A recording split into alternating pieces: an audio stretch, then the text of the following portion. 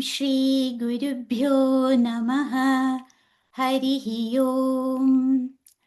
शुक्लाम्बरधरं विष्णुं शशिवर्णं चतुर्भुजं प्रसन्नवदनं ध्यायेत् सर्वविघ्नोपशान्तये।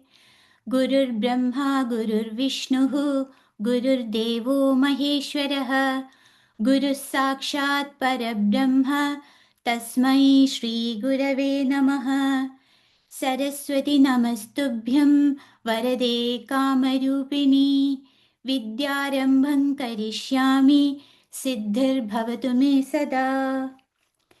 ध्यानं पीताम्बरं करविराजितशङ्खचक्रकौमोदकी सरसिजं करुणासमुद्रं राधासहायमतिसुन्दरमन्दहासं वातालयेशमनिशं हृदि भावयामि।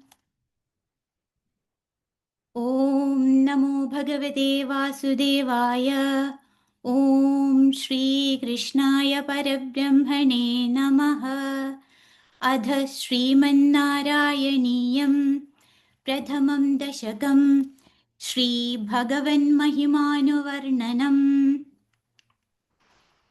सान्द्रानन्दावबोधात्मकमनुपमितं कालदेशावधिभ्यां निर्मुक्तं नित्यमुक्तं निगमशतसहस्रेण निर्भास्यमानम् अस्पष्टं दृष्टमात्रे पुनरुरुपुरुषार्थात्मकं ब्रह्मतत्त्वम् तत्तावद्भाति साक्षात् गुरुपवनपुरे हन्तभाग्यं जनानाम्।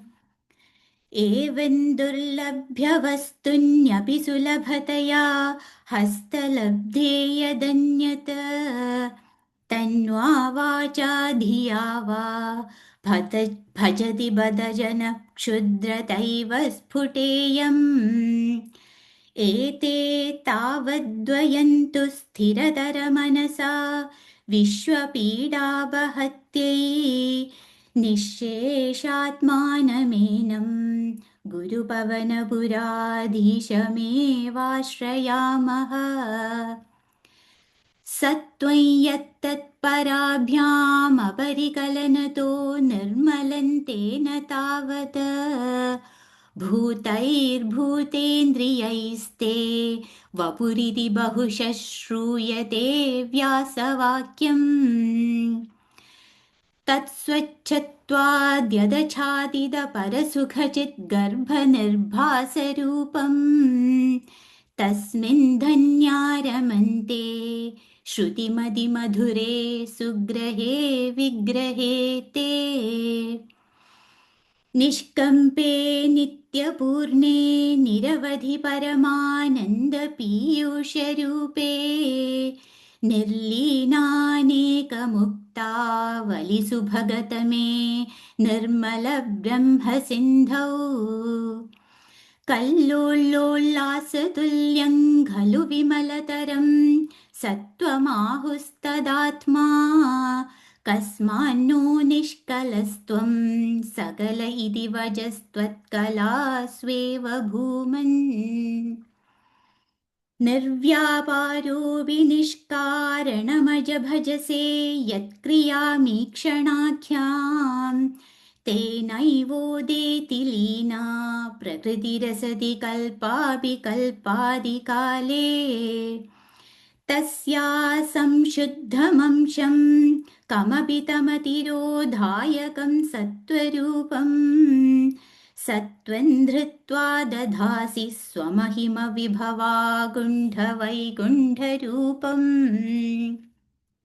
तत्ते प्रत्यग्रधाराधरललितकलायावलीकेलिकारम् लावण्यस्यैकसारं सुकृतिजनदृशां पूर्णपुण्यावतारम्। लक्ष्मीनिःशङ्गलीला निलयनममृतस्यन्दसन्दोहमन्तः सिञ्जत्सञ्चिन्तकानां वपुरनुकलये मारुतागारनाथ। कष्टाते सृष्टिचेष्टा बहुतर भवखेदावहा जीवभाजाम् इत्येवं पूर्वमालोचितमजितमया नैव मद्याभिजाने नो चेजीवाः कथं वा मधुरतरमिदं त्वद्वपुश्चिद्रसार्द्रम् नेत्रैः श्रोत्रैश्च पीत्वा परमरससुधां बोधिपूरेरमेरन् नम्राणां सन्निधत्ते सततमपि पुरस्तैरनभ्यर्थितानभ्यर्थान् कामानजस्रं वितरति परमानन्दसान्द्राङ्गतिं च इत्थन्निःशेषलभ्यो निरवधिकबलः पारिजातो हरे त्वम् क्षुद्रन्तं शक्रवाडी द्रुममभिलषति व्यर्थमर्थिव्रजोऽयम् कारुण्यात् काममन्यन् ददति खलु परे स्वात्मदस्त्वं विशेषात् ऐश्वर्यादीशतेऽन्ये जगति परजने स्वात्मनोऽपीश्वरस्त्वम् त्वय्युच्चैरारमन्ति प्रतिपदमधुरे चेतनास्फीतभाग्याः त्वञ्चात्मा राम एवेत्यतुलगुणगणाधारशौरे नमस्ते ऐश्वर्यं शङ्करादीश्वरविनियमनं विश्वतेजोहराणां तेजःसंहारि वीर्यं विमलमपि यशो निःस्पृहैश्चोपगीतम् अङ्गासङ्गा सदा श्रीरखिलविदसि न क्वापि ते सङ्गवार्ता तद्वातागारवासिन् भगवच्छब्दमुख्याश्रयोऽसि इति श्रीमन्नारायणीये श्रीभगवन्महिमानुवर्णनं नाम प्रथमं दशकं समाप्तम् नारायणाखिलगुरो भगवन्नमस्ते नारायणाखिलगुरो भगवन्नमस्ते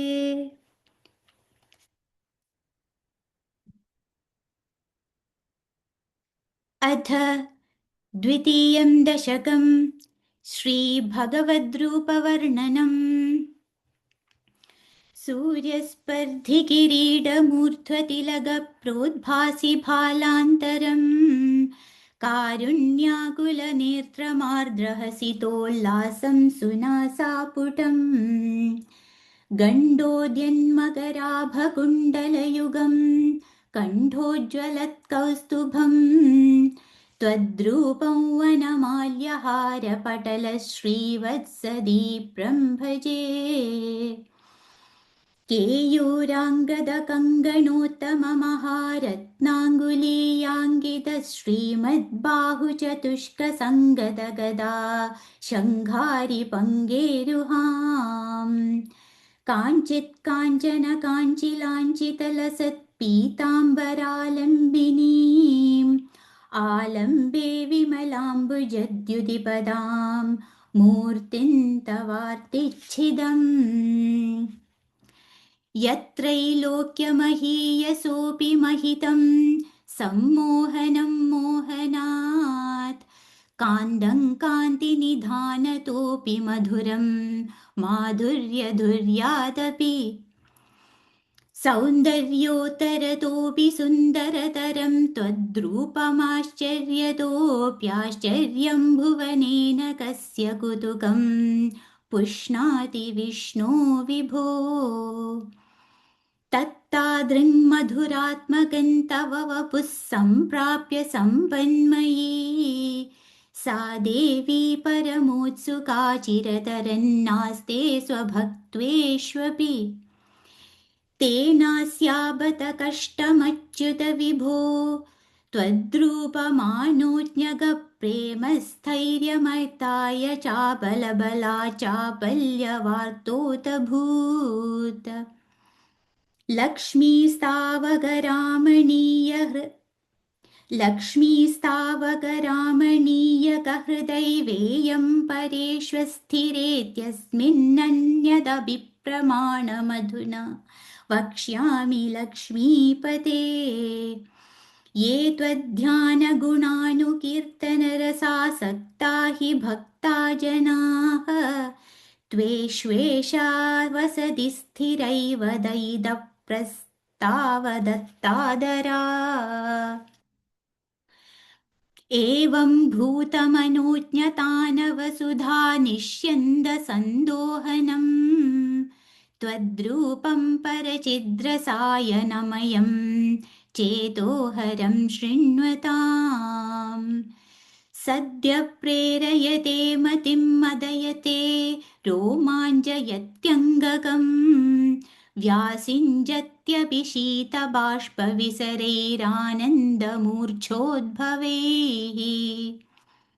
एवं भूततया हि भक्त्यभिहितो योगः स योगद्वयात् कर्मज्ञानमयाद्भृशोत्तमतरो योगीश्वरैर्गीयते। सौन्दर्यैकरसात्मके त्वयि खलु प्रेम प्रकाशात्मिका भक्तिर्निःश्रममेव विश्वपुरुषैर्लभ्या रमावल्लभ।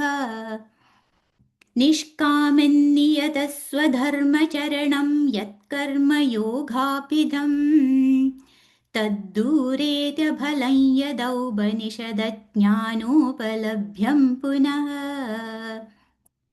तत्त्वव्यक्ततया सुदुर्गमतरं चित्तस्य तस्माद्विभो त्वत्प्रेमात्मकभक्तिरेव सततं स्वादीयसी श्रेयसी।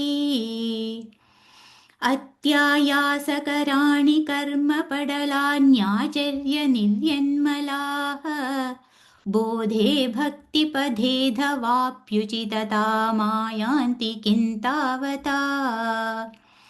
क्लिष्ट्वा तर्कपथे परन्तव वपुर्ब्रह्माख्यमन्ये पुनः पुनः चित्तार्द्रत्वमृते विचिन्त्य बहुभिः सिद्ध्यन्ति जन्मान्तरैः। त्वद्भक्तिस्तु कथारसामृतझरी निर्मज्जनेन स्वयं सिद्ध्यन्ति विमलप्रबोधपदवीमक्लेशतस्तन्वती। सद्यः सिद्धिकरी जयत्यै विभो सैवास्तु मे त्वत्पदप्रेम प्रौढिरसार्द्रता द्रुततरं वातालयाधीश्वर। इति श्रीमन्नारायणीये श्रीभगवद्रूपवर्णनं नाम द्वितीयं दशकं समाप्तम्। नारायणाखिलगुरो भगवन्नमस्ते। नारायणाखिलगुरो भगवन्नमस्ते।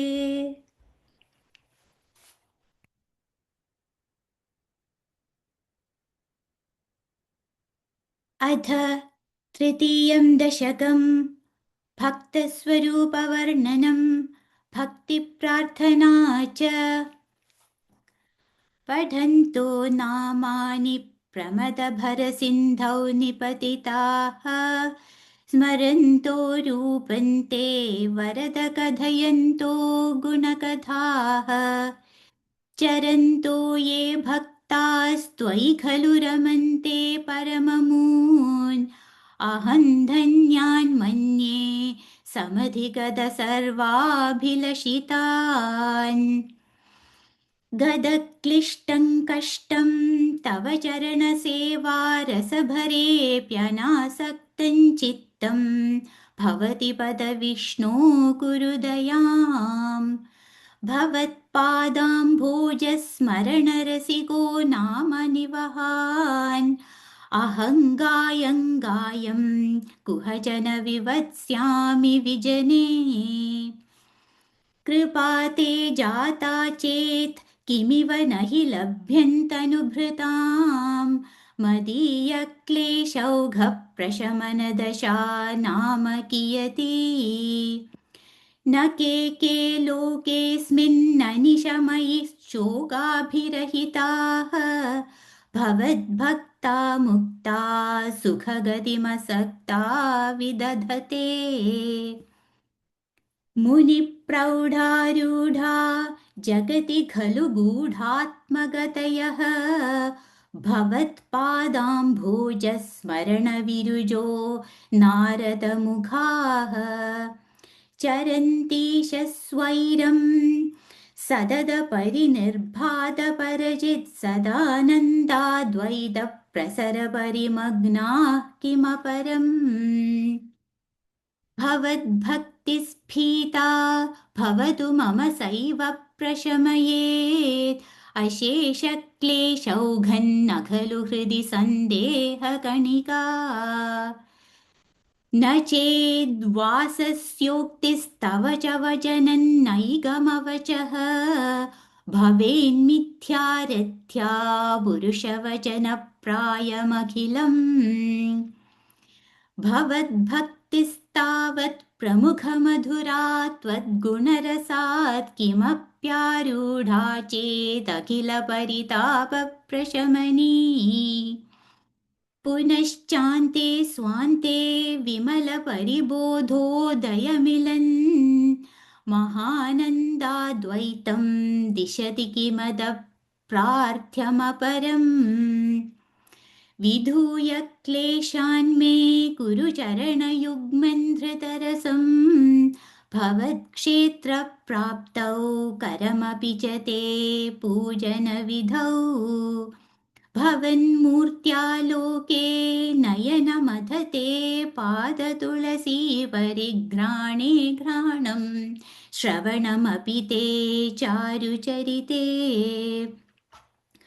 प्रभूताधिव्याधिप्रसभचलिते मामकहृदि त्वदीयं तद्रूपं परमसुखचिद्रूपमुदीयात् उदञ्जद्रोमाञ्चो गलितबहुहर्षाश्रुनिवहः यथा विस्मर्यासं दुरुपशमपीडापरिभवान् मरुद्गेहाधीशत्वयि खलु पराञ्जोऽपि सुखिनः भवत्स्नेही सोऽहं सुबहुपरितप्ये च किमिदम् अकीर्तिस्ते मा भूद्वरद गदभारं प्रशमयन् भवद्भक्तो तंसं झटिति कुरु मां कंसदमन